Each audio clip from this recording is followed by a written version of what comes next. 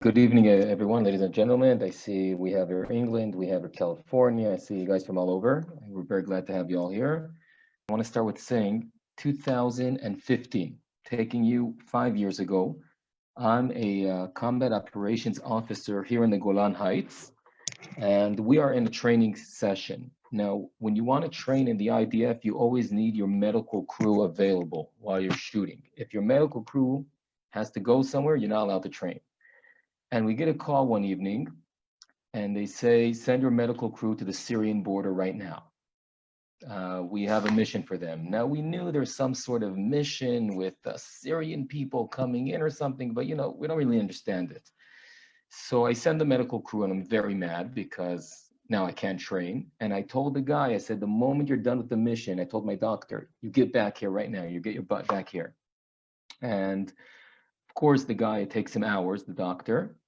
He comes back in the middle of the night and I'm going nuts. I'm saying, where were you? He says, I had to stop for coffee, take out the guys for coffee. I said, are you nuts? I mean, we lost a few hours of training and you had time to stop for coffee?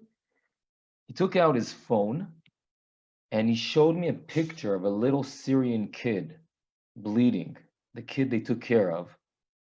And I gave him a hug and I said, God bless you. He said, after what my soldiers saw, they needed a coffee break. I needed to have a debriefing for them.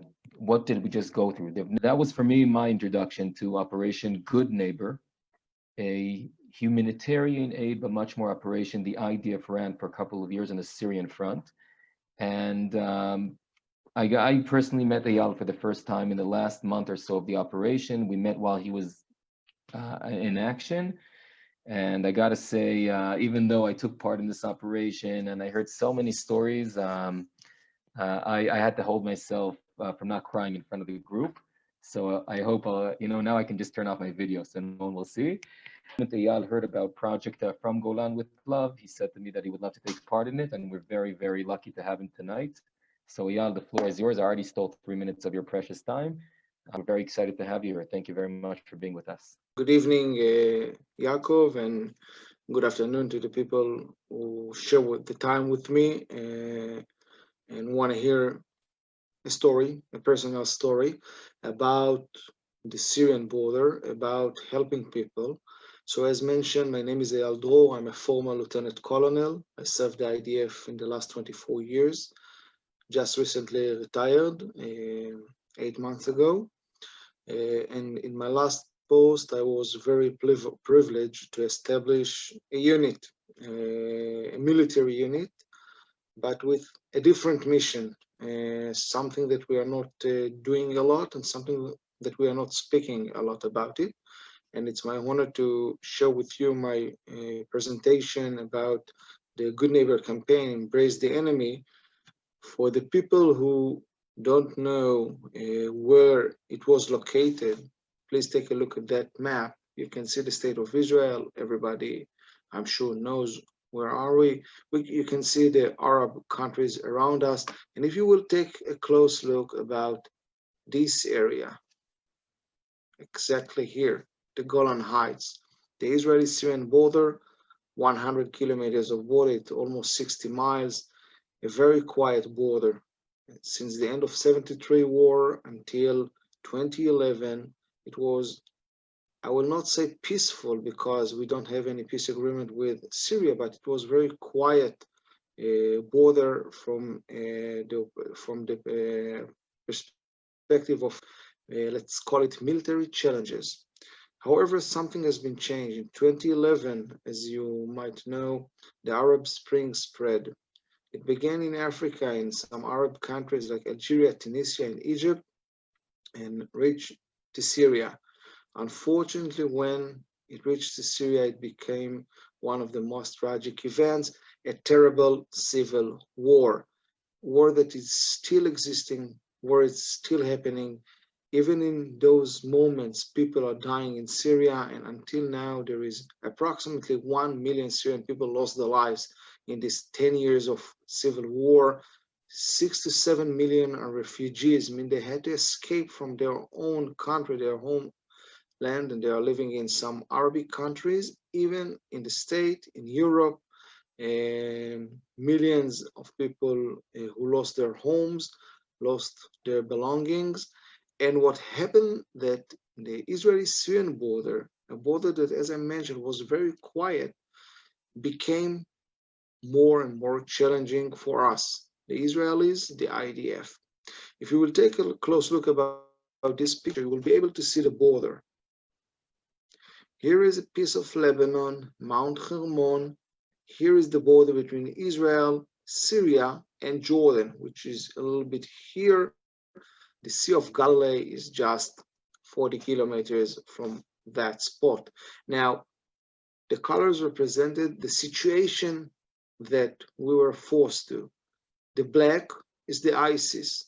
I don't know how many of you are familiar with the fact that we had ISIS on the Israeli-Syrian border, the area of the southern Golan Heights, the place that, for example, Yaakov is living, and people are living there. Is approximately 15,000 Israelis on that spot in more than 20 villages, and just try to figure out the meaning of opening a window by a Israeli woman and understanding that ISIS is less than a mile from their home.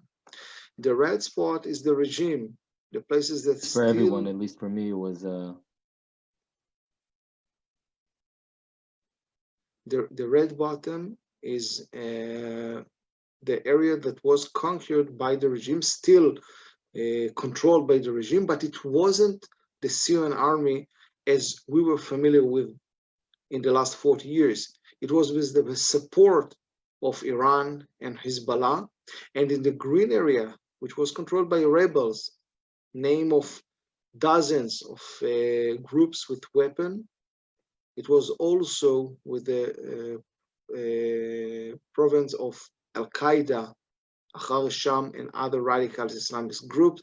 This was the situation on that border, but I'm not here to speak today about military challenges. I want to share with you some thoughts about civilians, about 250,000 people who were living in the other side of the Golan Heights in Syria. People, and you can see by this picture, and I'm sorry that it is not in a very good quality, but you can understand that if I got a picture from inside an enemy country, well, they cannot send it by Gmail. But try to understand, people were living in tents, sending their people that injured to such an emergency room. Basically 250,000 people, human beings, were living without electricity. Their schools has been destroyed. Their clinics and hospital has been bombed.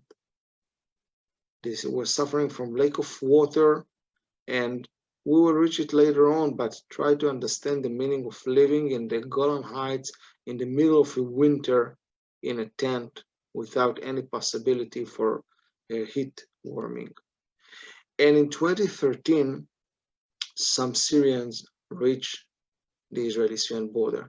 Why it was so strange? Because Syrians were educated to hate us.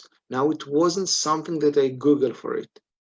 It's testimonies that I heard from hundreds of Syrian people I met. Syrians were educated to hate the state of Israel. They were suffering from us. They didn't know what is happening. And those people came to the border fence and asked for help from Israel. Now, the Israeli soldiers decided to open the border fence for those Syrian people, literally to open their heart. And since that night in 2013, almost every night, and Yaakov spoke with you about one night, every night, Syrian wounded people crossed the border and we took them to the Israeli hospitals. Men, women, children, like you can see this boy suffering from war injuries. Now, most of them were civilians staying at their homes that had been bombed, suffering from severe injuries. And We took them to Israel. 4,500 human beings has been executed to Israel. We took them, the Israeli doctors treated them, and when their condition was well enough, they go back to Syria. 4,500 people start to share the word, start to share the message that Israel is not the enemy. Israel is not the enemy. And in 2016, the Syrian people asked for more. They wanted some help in addition to just helping the wounded. And the IDF decided to do something very strange, maybe, to establish a unit, a special unit, which its mission will be to think 24/7 about the enemy or about people living in an enemy country. I was honored to be called for a duty and to establish the good neighboring unit. My mission was to increase dramatically the humanitarian aid provided to the Syrian. It means not just treated with Syrian wounded. And I want to take you all with me to the border fence to see one of the scenarios. Now, I will describe for you one of the most exciting operation that was part from Operation Good Neighbor. We call this operation Doctor's Visit. Its mission was to take care for children, not wounded children, children suffering from chronic diseases like diabetic, eye problems, orthopedic problems, heart problems. Take a look at that picture.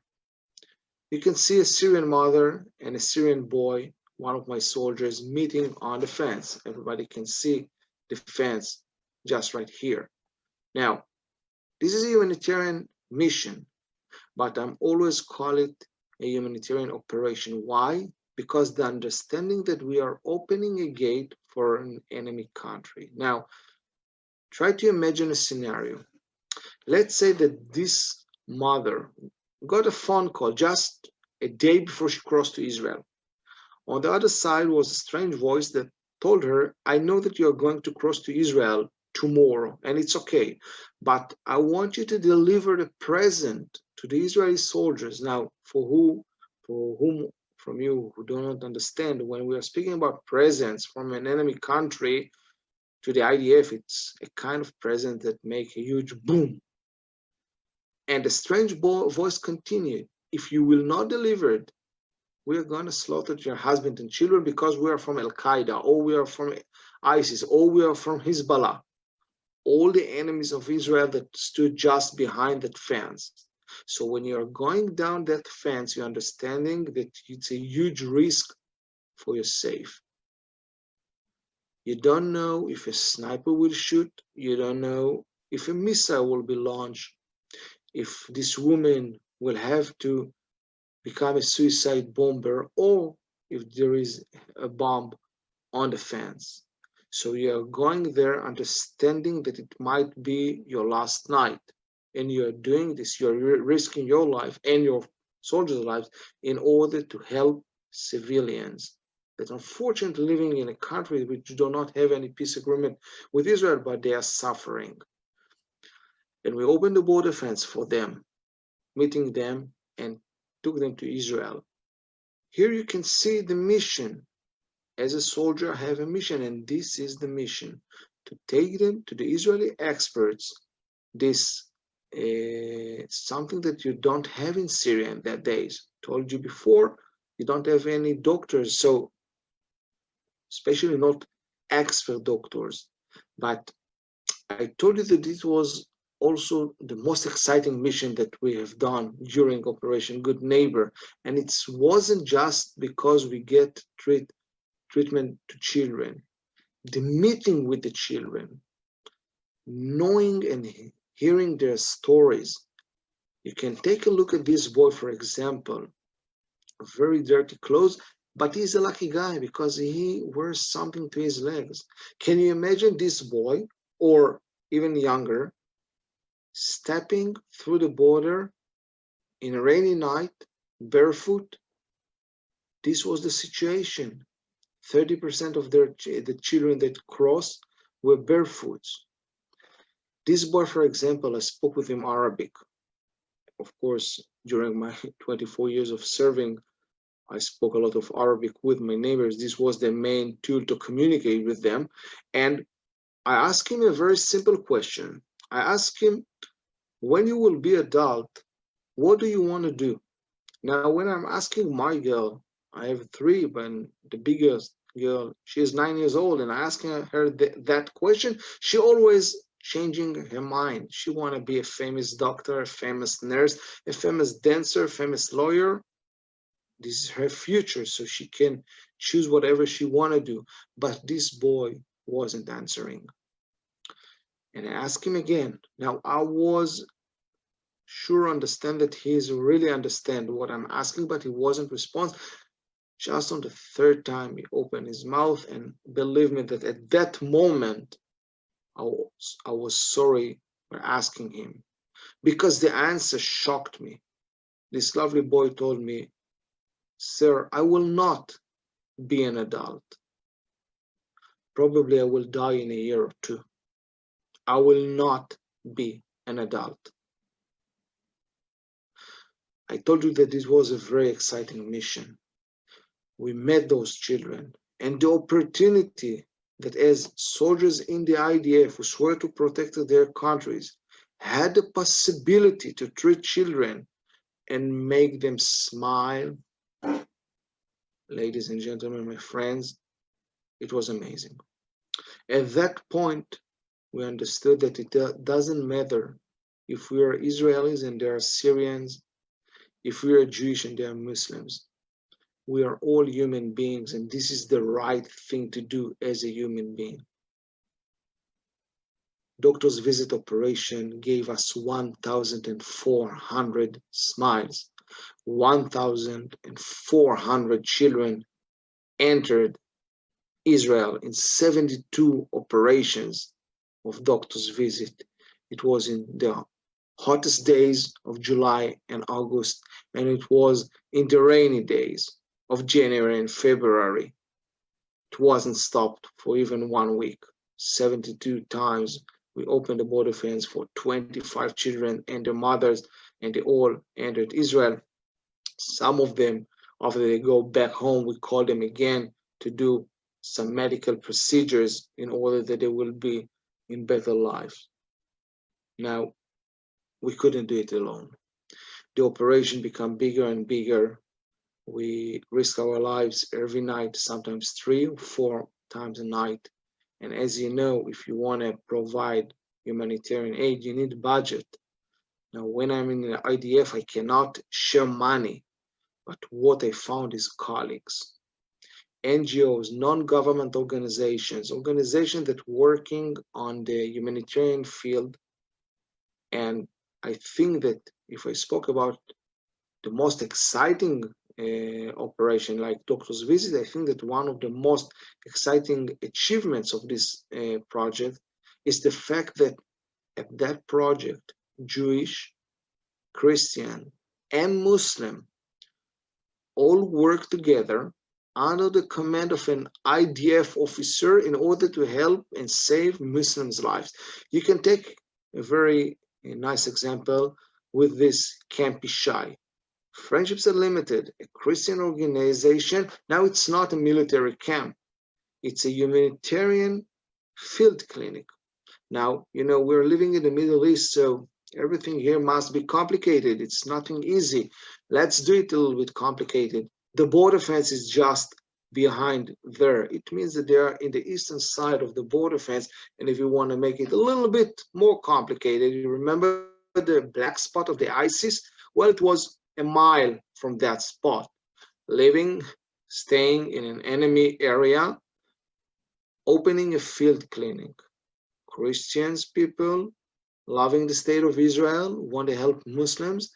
Now try to imagine 8,000 Syrian people enter this clinic during a year and a little bit more of operating, meeting the doctors. Now, again, it wasn't for surgeries. It was just simple clinic. But when you don't have any antibiotics and you don't have any ultrasound or a dentist, this is a lot. So they met the foreign teams, the foreign doctors, nurses, paramedics, but I think, and if you understood a little bit from what I tried to tell you earlier about the meaning of hope, smiling, so try to understand how their children felt when they entered this facility. It was next to the clinic.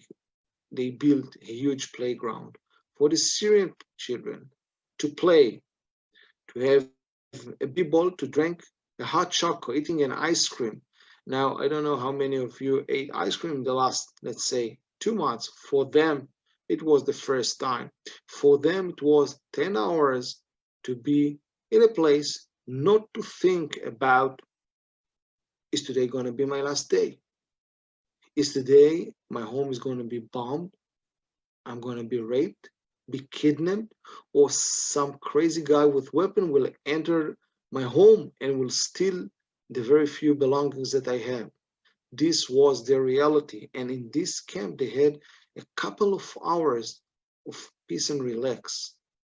They got their antibiotics, go back to Syria, 8,000 people. Now, if you will add 8,000 to 400 and 500 people treated, wounded, and 1,400 children treated in Israel, it's a huge numbers. This is a lot of people who thought that we were the enemy, going back to their homes and show with their relatives, friends, families that, hey, maybe Israel is not the enemy. Maybe we have been lied all the years, and maybe we can do some partnership with Israel.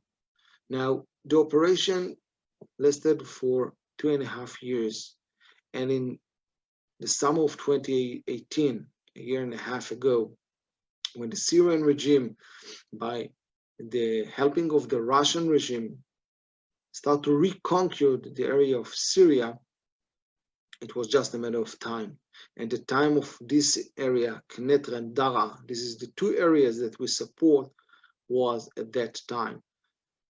Heavy bombings, 7 weeks of heavy bombings. The people who were living in the Golan Heights saw it and felt it, this heavy bombing. And we had time for one last operation. I don't know how many of you have heard about the heroes, the people of the white helmets. It's ordinary Syrian people, civilians, that when that terrible war started, well, they were training on Jordan by the support of countries like the US and Canada and some of the countries of Europe. They were all trained there to save lives. Unfortunately for those people, they were the first to expose that the regime is using gas. If you remember the 2014 red lines of President Obama about gas, so they exposed he's using gas, and they exposed that the regime is bombing civilian facilities. They were all condemned to death. And in July, the last week of July 2018, we got the final mission. We have been asked to save the people of the white helmets living in Knetra. Now there is thousands of them living all over Syria. Our mission was to save the couple of hundreds that were living just next to the Israeli-Syrian border. And in Saturday night, 20 July 2018, we opened the border fence for 10 hours. Now it was time that we just heard the shooting and the clashes between the Syrian army that was moving forward to the some rebel groups that still fought against them. It was 15, 100, 200 meters from the border fence. For 10 hours, the border fence was open. And it was amazing for us to stand here, as you can see here on the border fence, seeing the Syrian people standing on their homeland behind the fence in Syria, gripping of fear.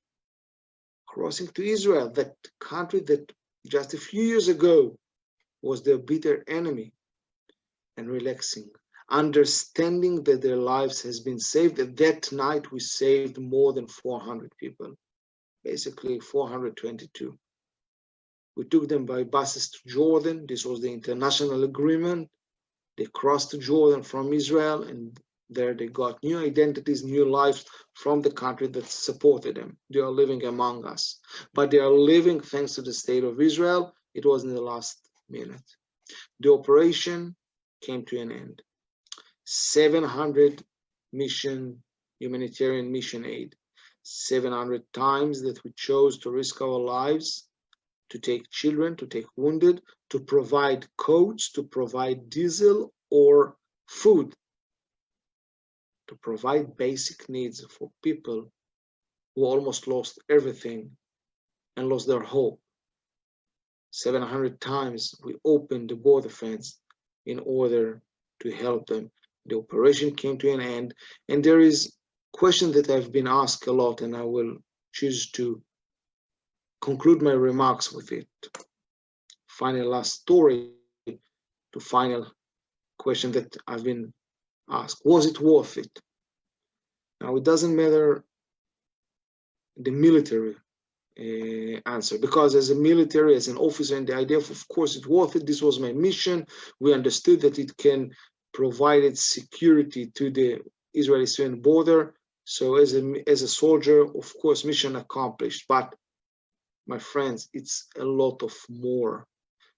Thanks to Operation Good Neighbor, there is 250,000 people living in the other side of the fence, and thousands in other places in the world, Syrian refugees that are living today thanks to the state of Israel.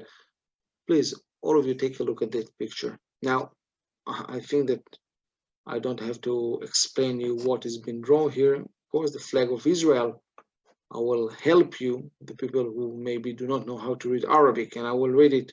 Wiham. A person who knows Arabic can understand that there is some spelling mistakes on this name, but Wiham is a name of a girl, a Syrian girl. In our story, she was 9 years old girl. She reached the border fence suffering from very, very severe diabetic. We took her to one of the Israeli hospitals, Tzfat Hospital, in Ziv Hospital in Tzfat. She was there for 6 months. The Israeli doctors claimed that if she was just reached 24 hours later, she wouldn't have survived.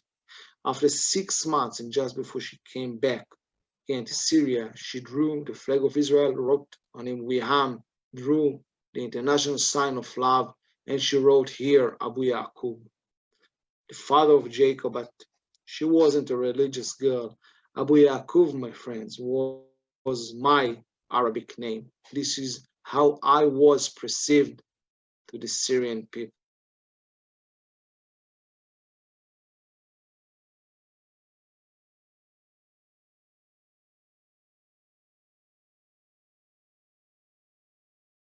Reasonable thanks to Operation Good Neighbor, and this is, my friends, what I'm claiming is the biggest achievement of Good Neighbor Operation.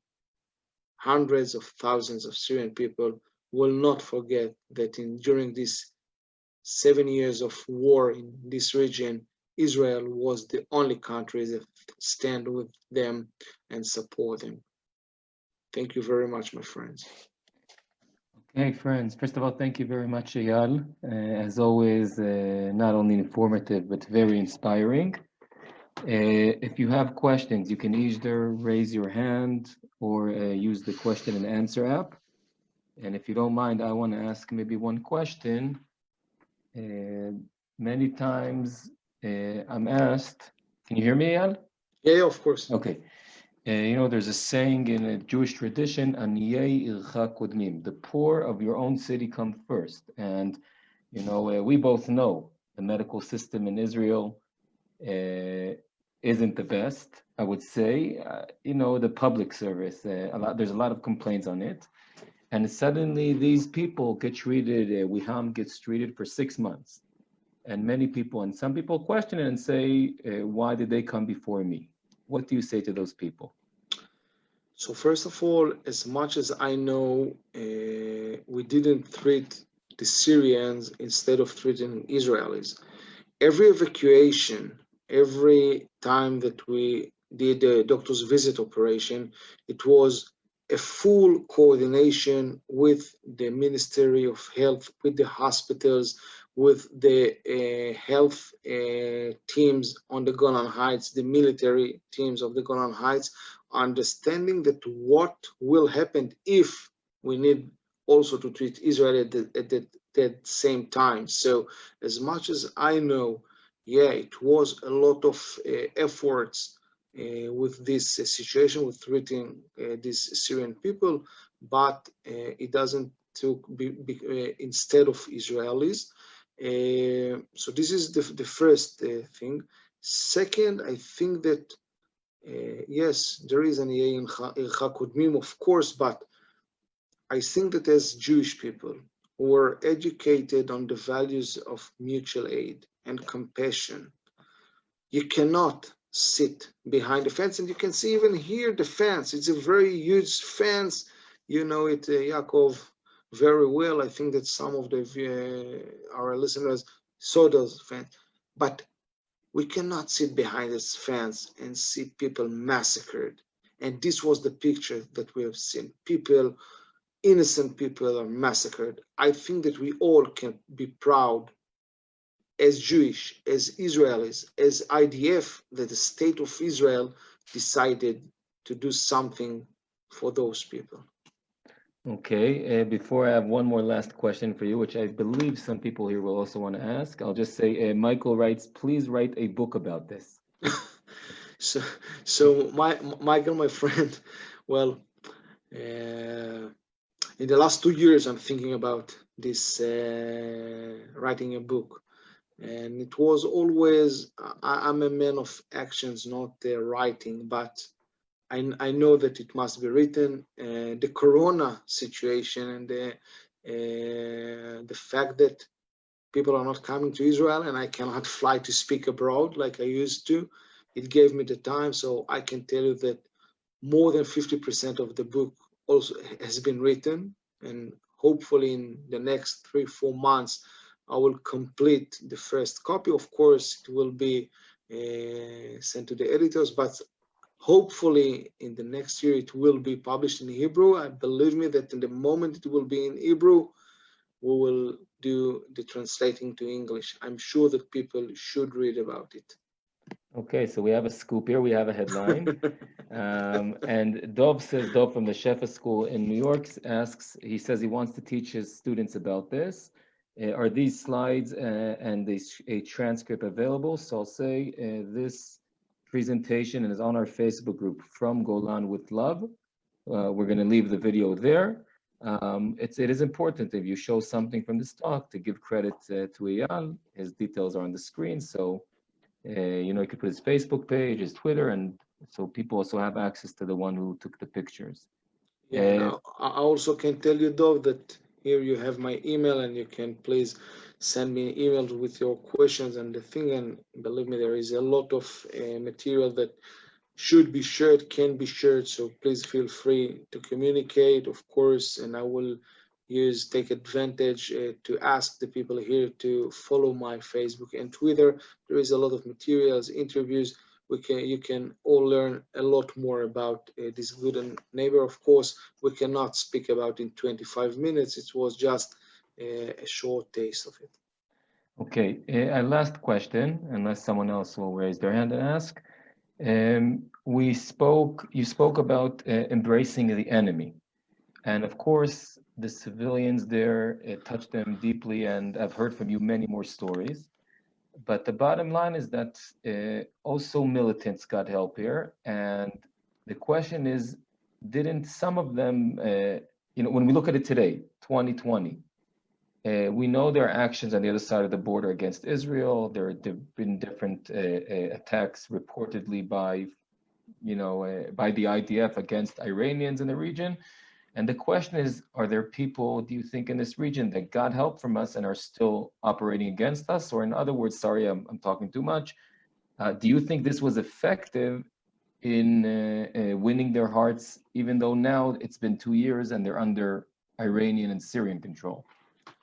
So first of all, from all of these 250,000 people, of course, some will vote against us. Not maybe because they hate us, because they need money, and Hezbollah is now offering money. Iranian offering them money. But I can sure tell you, and let's say that I'm still doing my reserve service in the Bashan division, the division that its mission is to secure and protect the Israeli-Syrian border. So I can tell you for sure that what we have done is still, the achievements is still on the ground. And if just one person will refuse, for example, Hezbollah offer, I think that we all earned it. I can tell you that there is a lot more. And if we're speaking widely, people that living today outside Syria, people who were hating the state of Israel and now they're supporters of the state of Israel. Again, it's a little bit more wide, but this is also achievement. So I can tell you that although it's been past 2 years, I think that the Syrian people will not forget, not for the next 2 years, for the next 20 years. They will not forget what Israel did.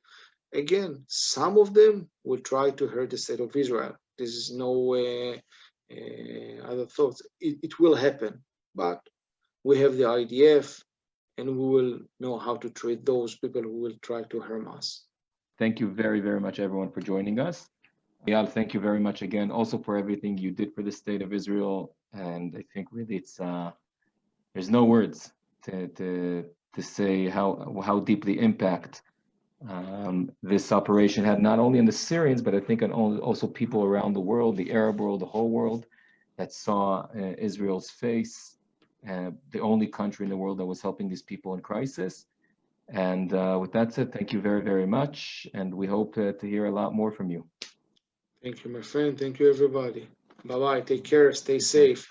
Have a great week.